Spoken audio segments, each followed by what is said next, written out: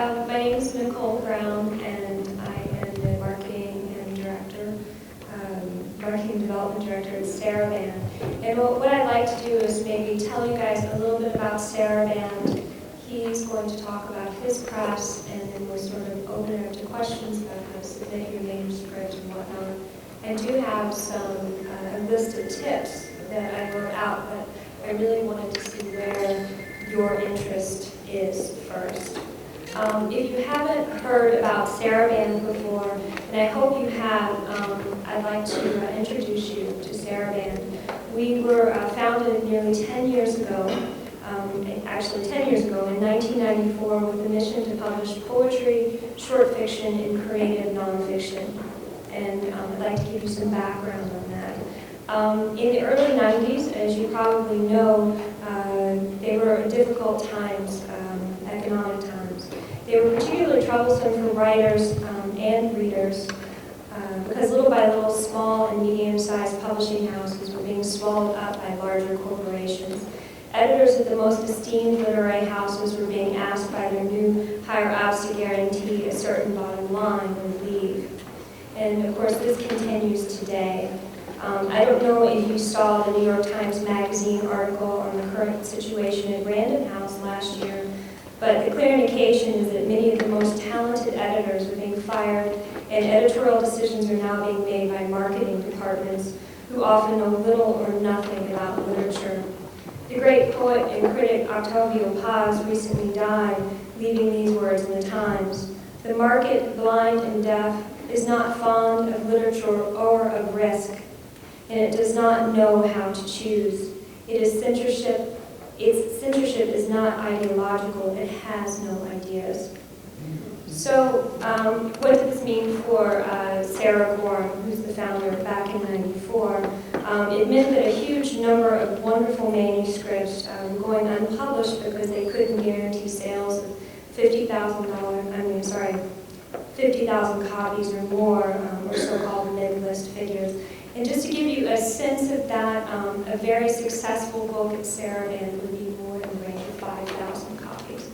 So when you're thinking of Random House, or a lot of these larger presses, you're thinking in terms of much bigger sales.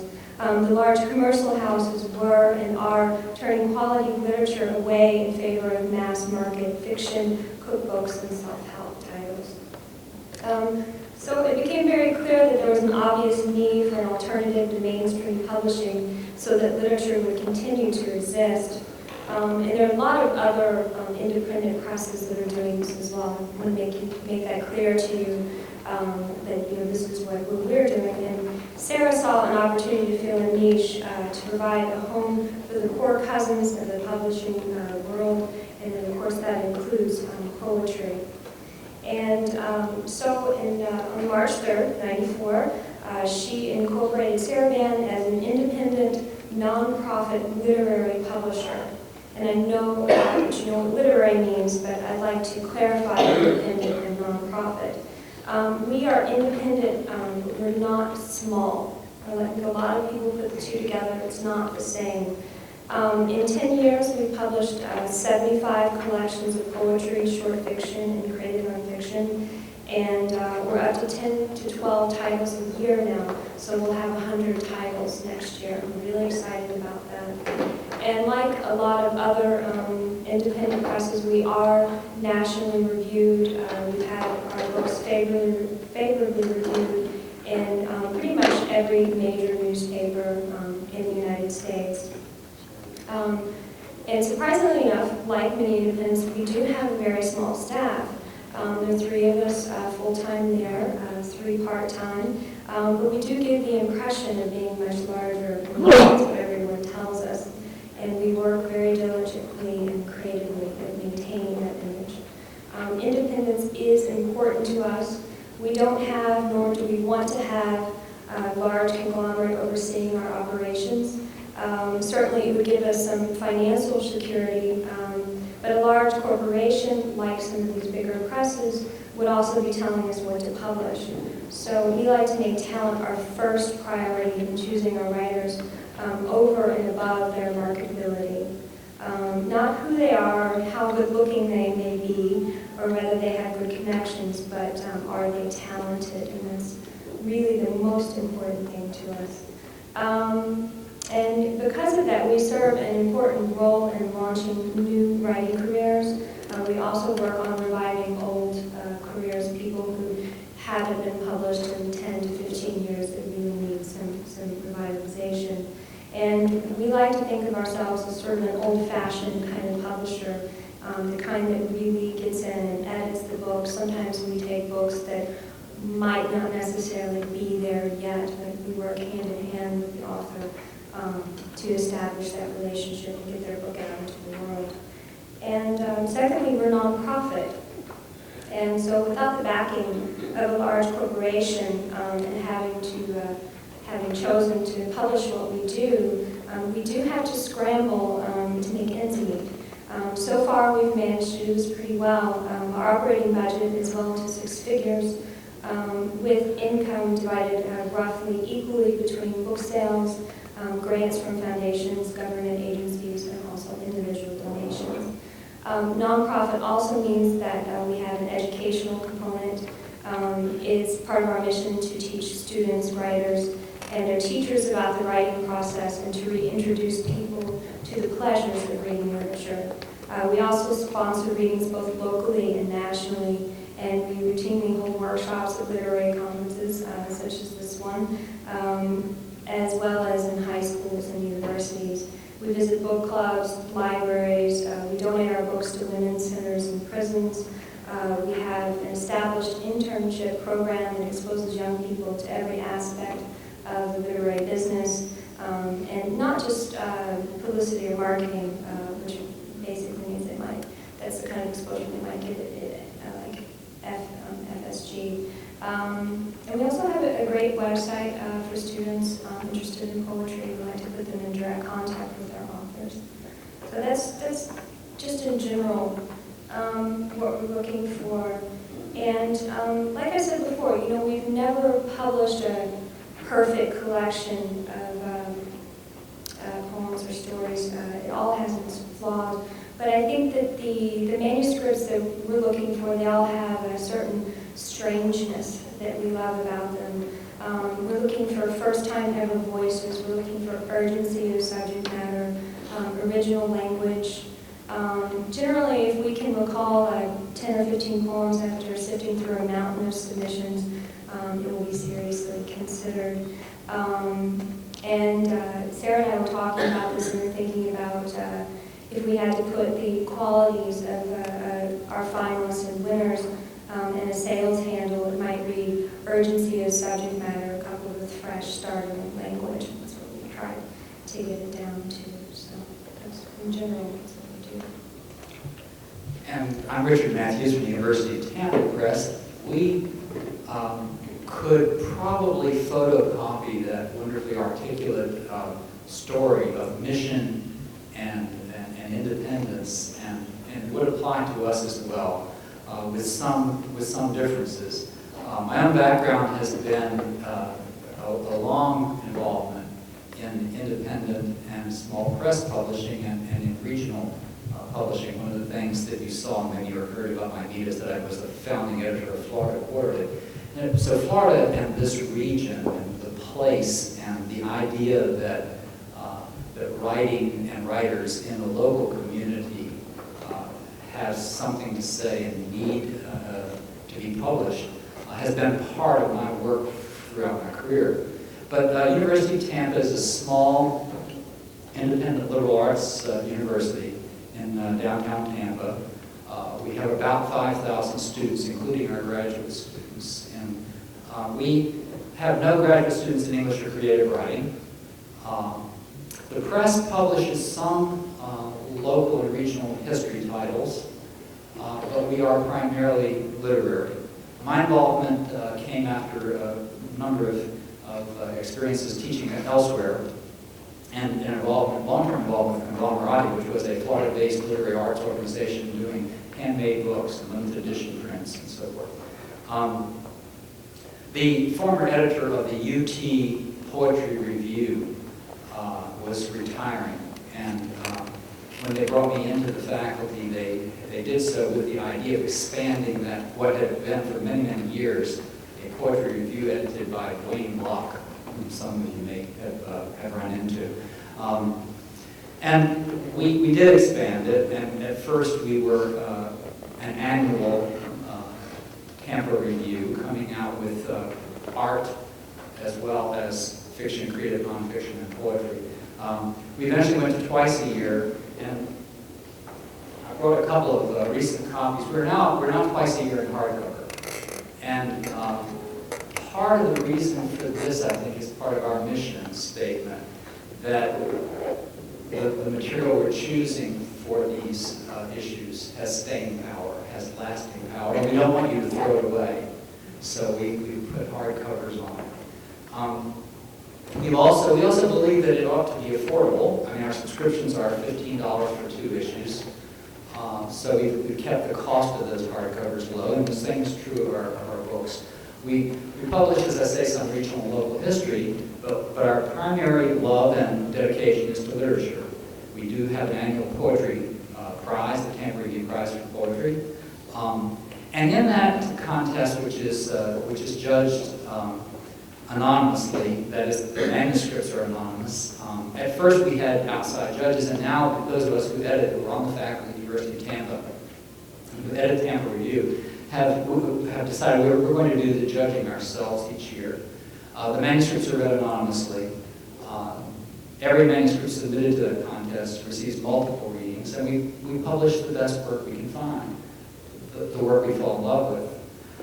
And it's been interesting because we were reading this work anonymously to see what kinds of things we fall in love with. Our first winner was a poet named Jordan Smith from upstate New York, this was his second book, and he had very wide credentials, as we discovered after we started looking at who it was.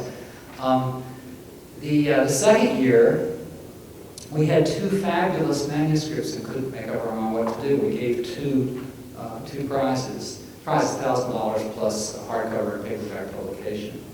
It turned out both of our writers in the second year were women from Los Angeles, California area in general. For one of them, it was a second book.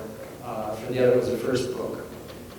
But to find them both coming from California, and very closely, actually fairly close to one another, was a surprise.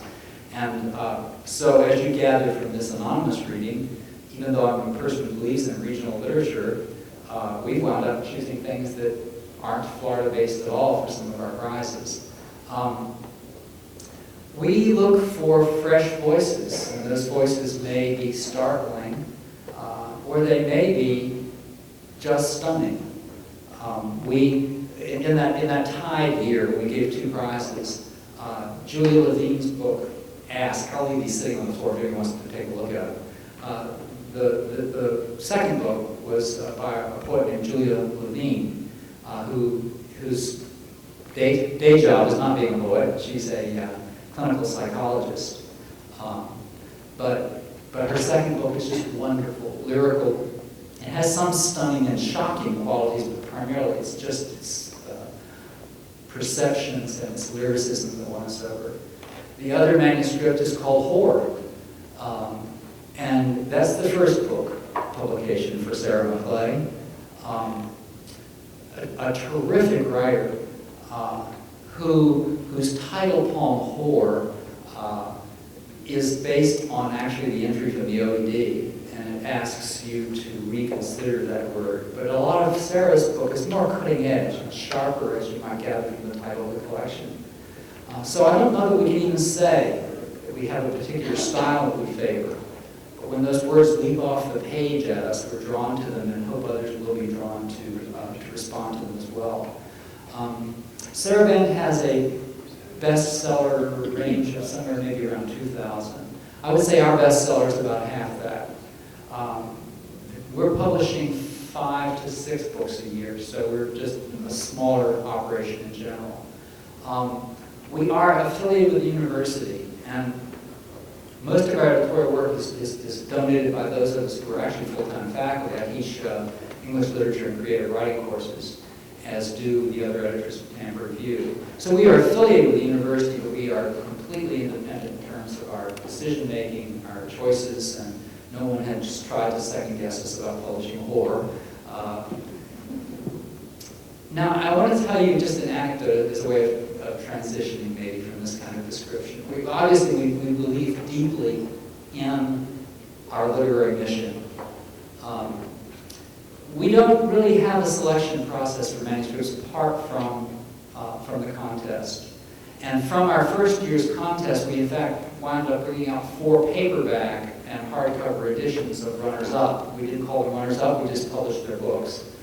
One of those runners-up was by a writer named Richard Tyrrell, well known for writing creative nonfiction. He won an Associated Writing Program's award for creative nonfiction in 1 year for his book on China, Chinese memoirs. But that book, that was a runner-up second selection that we could not let go of, we just had to bring it to print, won last year the Minnesota Book Award for Poetry. So, I mean, none of our Tampa Review Prize first place winners have done that, but that runner-up we couldn't resist did. So that's an interesting story. The anecdote I wanted to tell you was last night I had the delight of making a phone call. There was one manuscript last year. Now, last year's winner's book's not out yet. A wonderful writer from Brigham Young University who runs the writing program there, Lance Larson. And we're publishing his book called In All Their Animal Brilliance, and it's a wonderful book. But there was a book we just could not forget. And so last night I called the writer and I said, we just have to publish your book. We had a late afternoon meeting yesterday. We were talking about this year's contest, and the editors were saying, remember that book last year? Can't we do something with it? So I had the delightful duty last night of calling this author, who didn't know that his manuscript was still under consideration, and saying, is it still available? We'd love to publish it. So we're going to be bringing that one out too.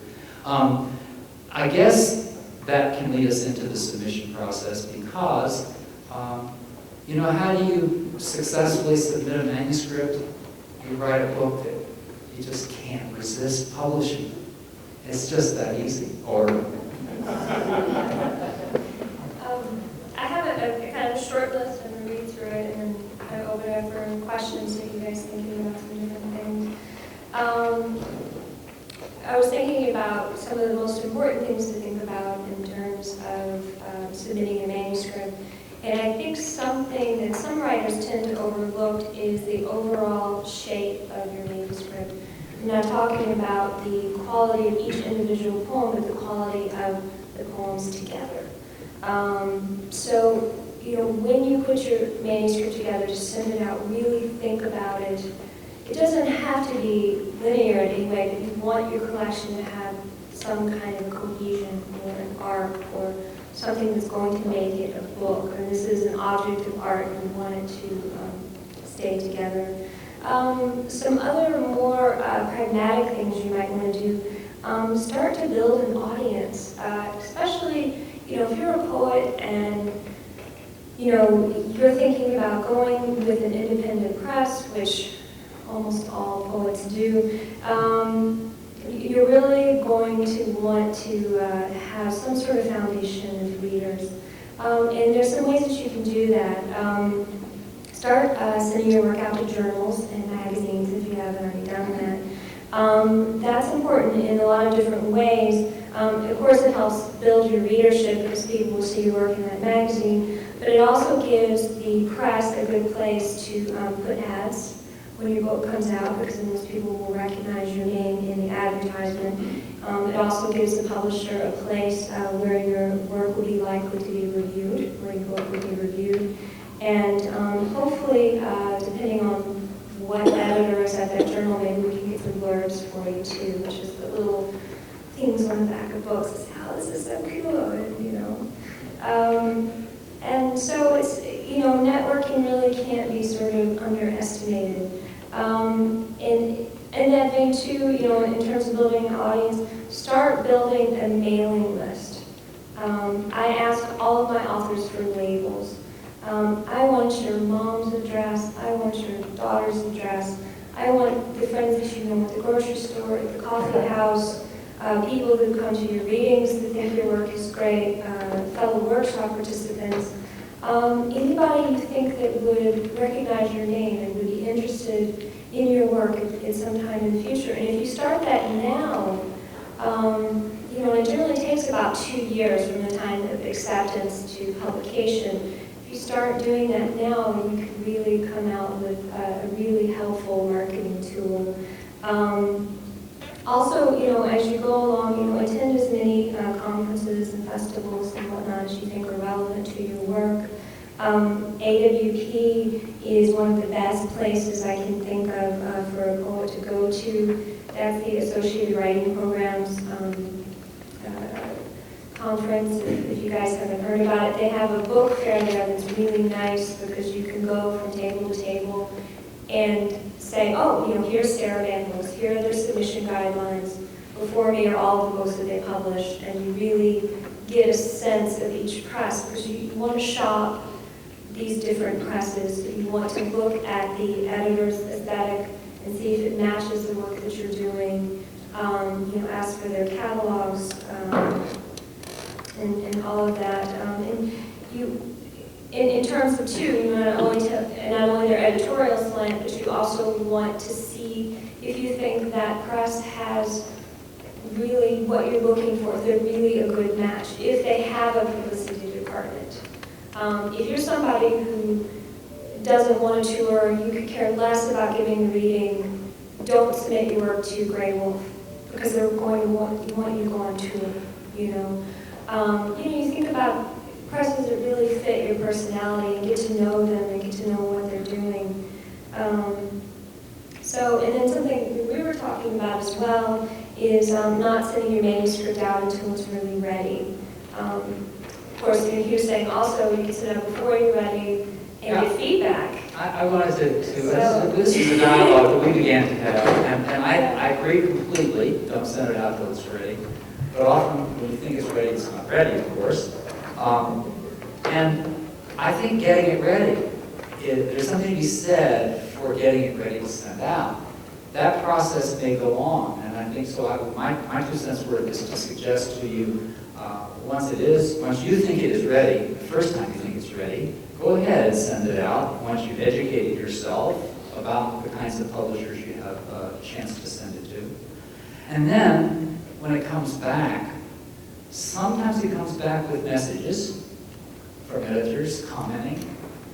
Sometimes it comes back, and the coming back is the message.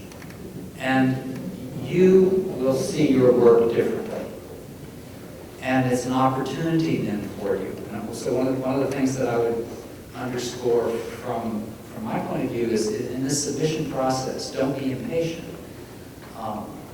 When it comes back, it's telling you something. You've changed since it went out. And now you see it in another way. And so this is an opportunity. The rejection is not a rejection. The rejection is an opportunity, a revisitation. But there's not ready, and then there's not ready. Oh, that is really...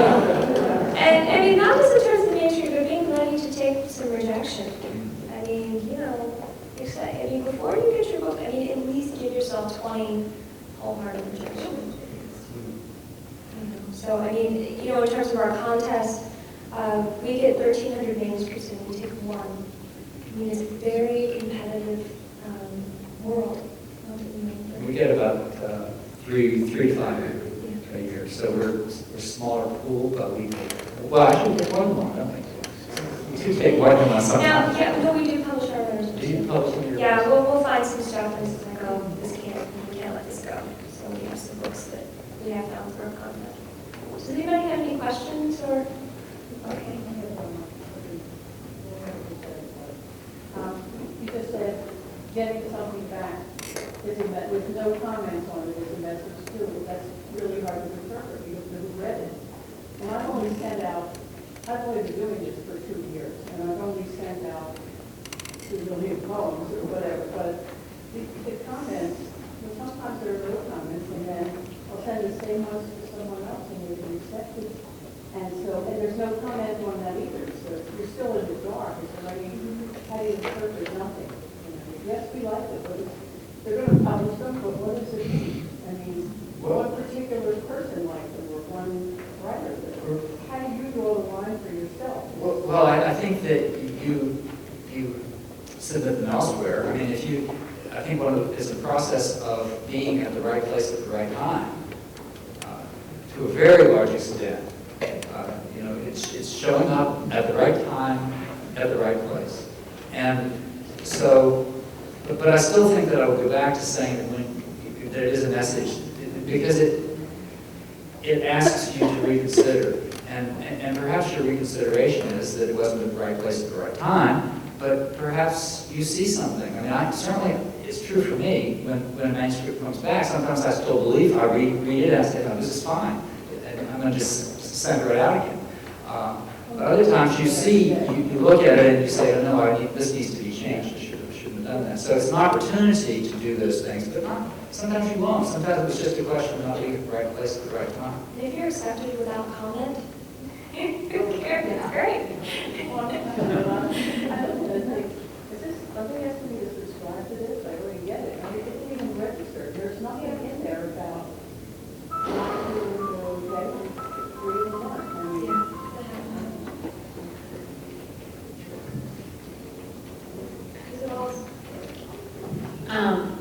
My question is, how do you separate your personal taste and poetry when you're reading a manuscript, and if you ever will do that, and how many poems do you read exactly from the beginning to the end? Do you ever pick up a manuscript and read in the middle? In the workshop that we had this morning, Mr. Collins said that one of the suggestions he gave was putting all your good poems in the beginning. What do you feel about that? So there's a lot of I'm not deeply involved in the acquisition process just because of my position at the press. Maybe you can speak more about it. But I would put the stronger poems in the beginning because you really want your manuscript to pop out. I've seen some of the readers, because we do have readers for the slash pile, and they'll kind of give the first handful of poems a good read, and if it's not kicking them, they chips. I think we do start at the beginning, and so that's still good advice. It's good advice to you for the editor's sake. It's good advice for any reader's sake. But if the good poems are only at the beginning and they don't hold up, that quickly becomes clear. And we do read. I mean, one of the reasons why you pay fees to enter contests is that you're buying time. You're buying reading time. By people who read the work seriously. And they may ultimately, the reading may not ultimately pay off for you because they may decide that that's not the right thing. I think that the question of taste was another part of what you asked. And it's true that certain publishers have very clear tastes. And on panels like this, we always advise, if you're going to submit to a magazine, read the magazine more than once before you submit, so you know what you're doing. So that when it comes back to you from a magazine whose style and taste you understand and are trying to fit into, when it comes back, then that does communicate something, that you're not right in that place that you see yourself aiming for. But then many publishers have Catholic tastes in the sense that they find things that just knock their socks off, and they may be lyrical or they may be pointed and tight and short-lined. And I think that you get to know that by looking at the AWP book fair. Is the best one for doing this, really, truly, is this year's in Vancouver, the end of March, the beginning of April.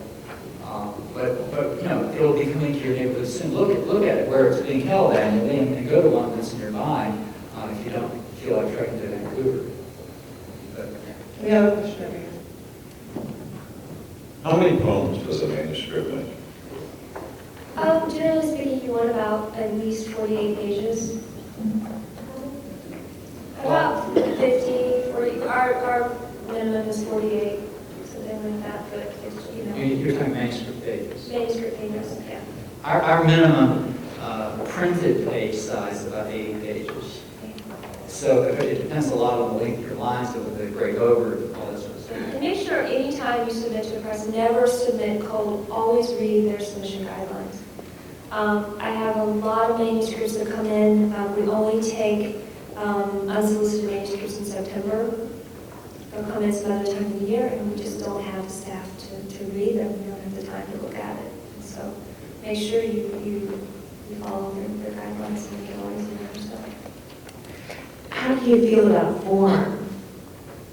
So many poets. I recently went to the Muses workshop in Spetses, Greece, and we were studying Homer, and it was semi-classic form, and it took my poetry into a new direction that I hadn't gone. I discovered the ghazal, and I loved it, but I see so very little form, and I wonder how publishers feel about form. You know, it's you're going to have to gauge that press by press. You know, we have several books that are written by more formal poets, and some that are more free verse.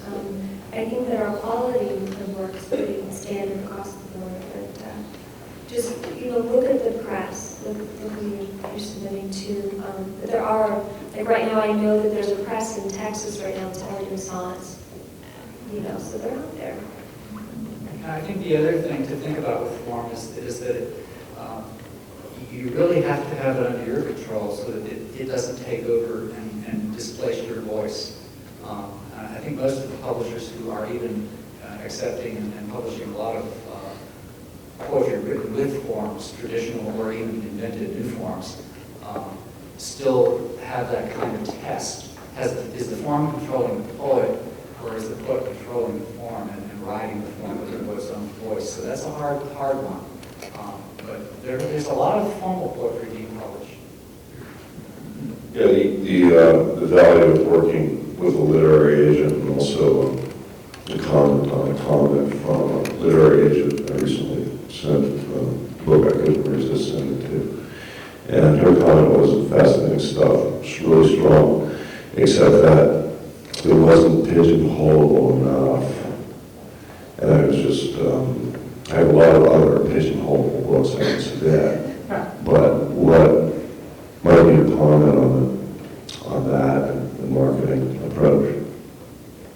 Whether or not you should have an agent or not, or? Yeah, that's part one of the question. For poetry, I don't think it's necessary really to have an agent.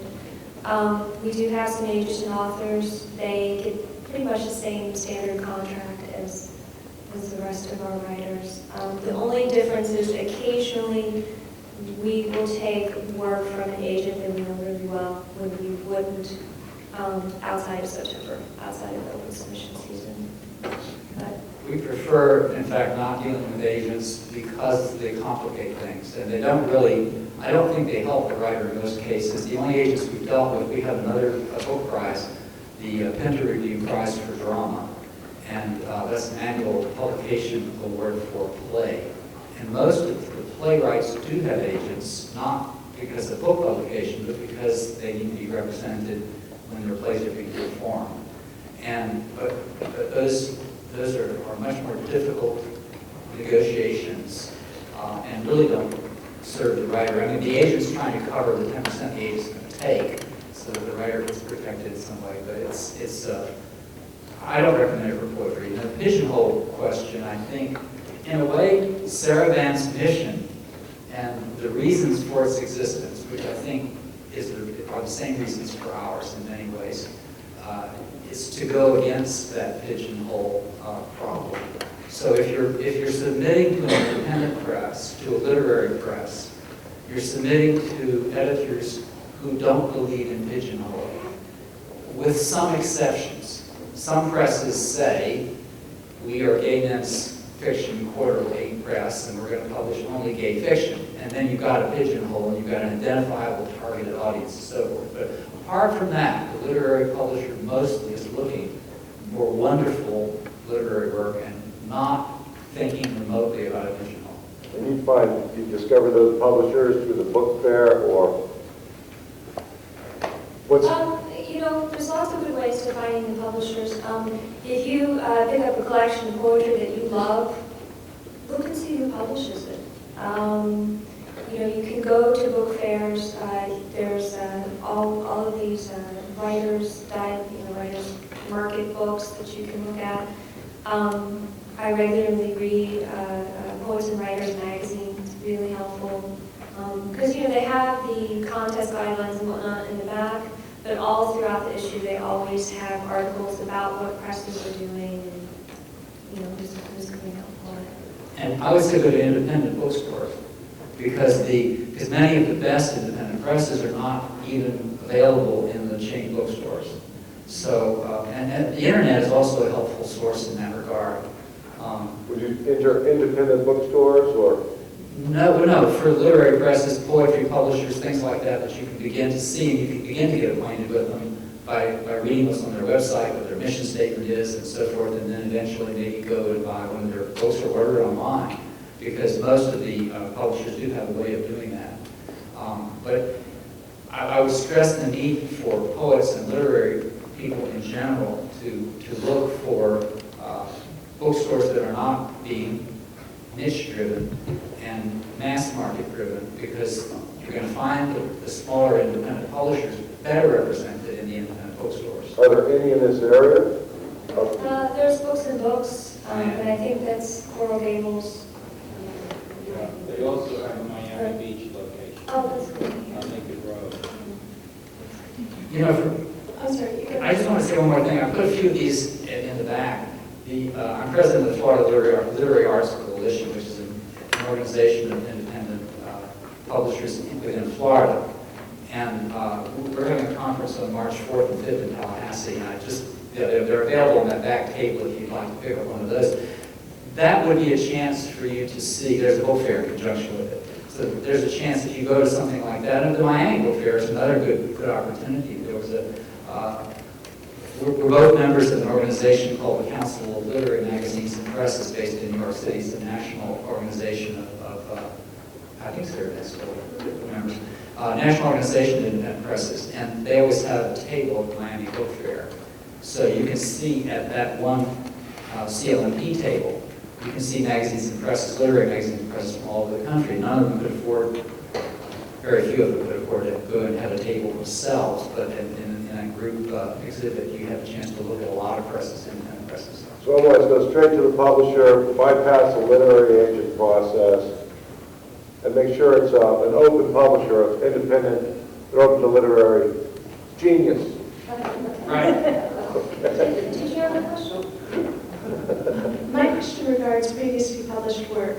The word on the poetry street seems to be that once you've published 8 or 9 poems of a collection, that it lends credibility to the manuscript as a whole.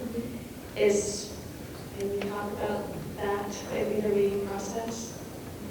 How does that affect your... I think it does lend credibility, but I don't think it's something that we necessarily consider. But like I said before, in terms of building your audience, in terms of having established readership for your work, it's really important. And it's also important in terms of getting feedback on those individual poems. We have published a number of collections that weren't published anywhere else before, in terms of individual poems, but not many. Not many. There's a lady over here who wants to, they're trying to ask a question. You want to ask it? It's a question and it's also an informational kind of thing for fellow poets. And it has to do with an alternative for people who are interested in being in anthologies rather than having a whole mass of work. Right here in Boca Raton, there's the Meridian Anthology of Contemporary Poetry, and it's a very high quality anthology. Our 3rd issue is going to feature, I can't remember his first name, I'm so nervous, Levine's poetry, and Philip Levine's poetry.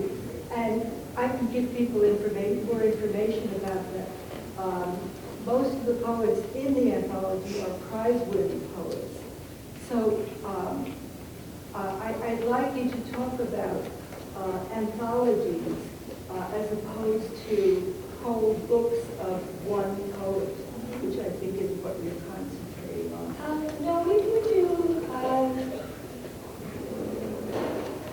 about one anthology a year, something like that. There are a lot of work, as you might know if you worked on that one, just in terms of permissions. And there are some limitations too in terms of marketing,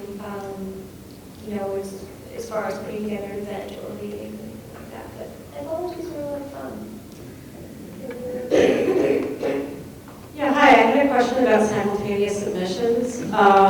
The bane of most writers is that we have to wait 3 to 6 months, sometimes a lot longer, to hear back from a press, whether it's an individual poem, a contest, a manuscript, whatever. I understand some presses sometimes are lax and they'll say simultaneous submissions okay, others say never. Do you have any comments about that because of the time issue? Just read their guidelines, that's all you can do. If they're lax about it, then do it, and if not, I wouldn't recommend it. Most of the contests do allow you to submit your manuscript in more than one contest with the provision that you notify them as soon as it may have been accepted or win a prize or something somewhere else. For Tampa Review, we specifically state in our guidelines no simultaneous submissions. And to be honest with you, a couple of times when we discovered that there's been a simultaneous submission, we won't print those people anymore. We won't consider those authors' work any longer. Sometimes it's due to a basic misunderstanding, or perhaps the author hasn't read the guidelines. I'm sympathetic, very sympathetic to the writer's plight. We as editors try our best to turn things around quickly. Work that we don't like, we try to return within a couple of weeks.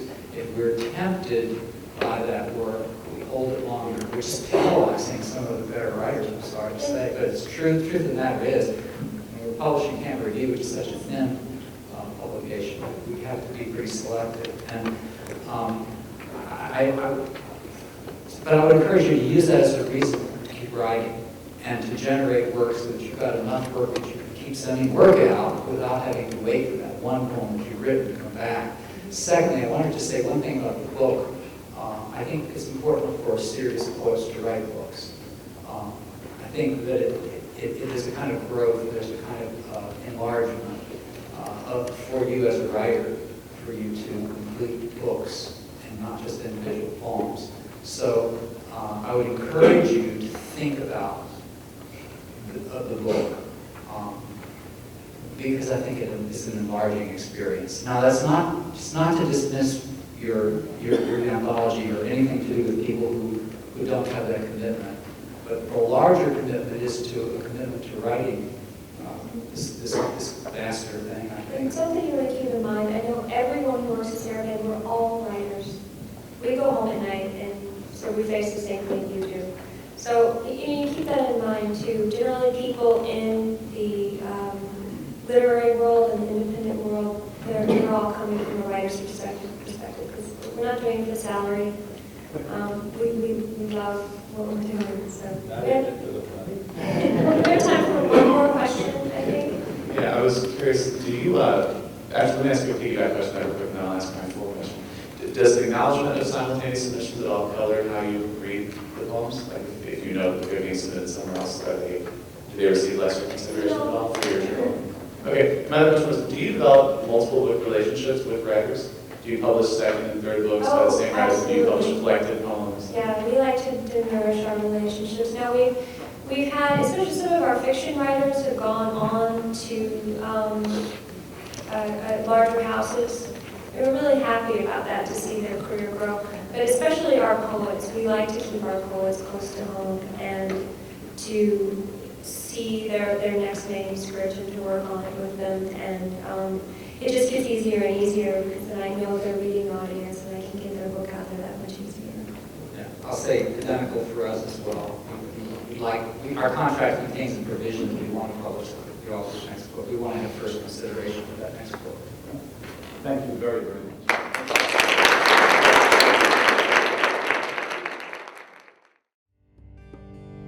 Bye.